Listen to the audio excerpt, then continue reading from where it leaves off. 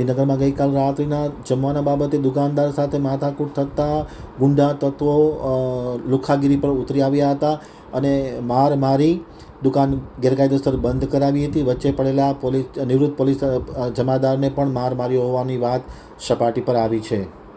હવે જોઈએ ગાંધીનગર આમતક ન્યૂઝ બ્યુરોમાંથી જે.કે. પટેલનો એક વિસ્તૃત અહેવાલ। ગાંધીનગરમાં જમવાની બાબતે મારામારી થતાં ભારે અફડાતફડી મચી જવા પામી હતી। એક તરફ રાજ્યના ગૃહમંત્રી 100 કલાકમાં ગુંડા તત્વોને સીધા દોર કરવાનું આખું અભિયાન ચલાવી રહ્યા છે, ત્યારે ગઈકાલ રાત્રિના આ બનાવ બનતા ભારે અફડાતફડી મચી જવા પામી હતી। ખાણીપીણીની દુકાને જમવાનું નહીં મળતા આ મારામારીનો બનાવ બન્યો હતો। ગુંડાગીરી પર ઉતરેલા ઈસમોએ મારામારી કરી દુકાન બંધ કરાવી હતી।